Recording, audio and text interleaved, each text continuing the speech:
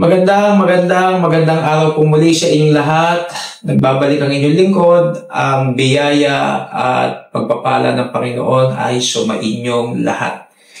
Konting kaalaman at gabay sa ating pang-araw-araw na buhay.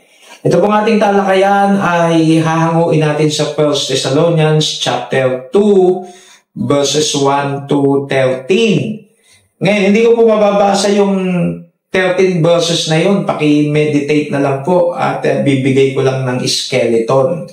Pinamagatan po itong 3 principles for effective ministries. 3 principles for effective ministries. Ano-ano po ito? Mula sa 1 Thessalonians 2, 1 to 13. Unang-una, number 1, trust God to work in the hearts of the people. Mahalaga po ito sa ating pagmiminister sa mga tao, kasama ang ipinagpipray natin na ang Panginoon ay kumilos sa kanilang mga puso at buhay. Sapagkat hindi naman sa atin itong gawain, tayo'y sumusunod lang sa Panginoon.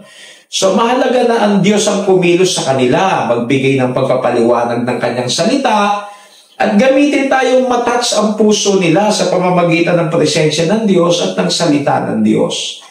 Trust God to work in the hearts of the people. God is at work. God is our waymaker. God gave the increase. Kasi siya naman po talaga. Tayo instrumento lang. So I hope na get you number 1. Trust God to work in the hearts of the people. Number 2, we embrace the right perspective. Pag alam mong tama, pag alam mong talagang tumpak, pag alam mong tama ang puso mo, maliwanag sa salita ng Diyos, akapin natin yan. Kasi ngayon, ang pag-akap hindi sa katotohanan eh.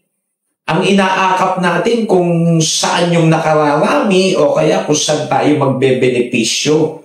O kaya kasi barkada natin eh. Ang inaakap natin yung totoo, yung tama, yung maliwanag sa salita ng Diyos, makaluluwalhati sa Panginoon. We embrace the right perspective. Makikita niyo yan sa talakayan dyan sa 1 Thessalonians 2, 1 to 13. Talagang ipinaliwanag nila yan. Okay? Number 3, we must have the right approach. We must have the right approach. Lalo ngayon. Sa totoo lang, iba po ang pagmiminister ngayon kaysa noong mga nakararaang taon eh. Ngayon ang pagmiminister eh, nagso-soul winning ka, ang sagot agad ng mga unbeliever, hinuhusgahan sila. Ngayon nga eh, parang hindi ka na rin makapaglambing eh. Pag naglambing ka, ang sagot sa iyo nagpaparinig. So, mahirap po ang dealing sa tao ngayon. Kailangan matuklasan natin yung katagang we must have the right approach. At makikita niyo yan eh. Kahit dito sa 1 Thessalonians 2:7, alam niyo ba nakalagay sa 1 Thessalonians 2:7 ay ganito? Nakalagay, kundi kami ay nagpapakalumanay sa gitna ninyo. Isipin mo, but we were gentle among you, even as a nurse cherishes her children. Nagpapakalumanay, nagpapakahinahon sila, na hindi sila yung bara-bara.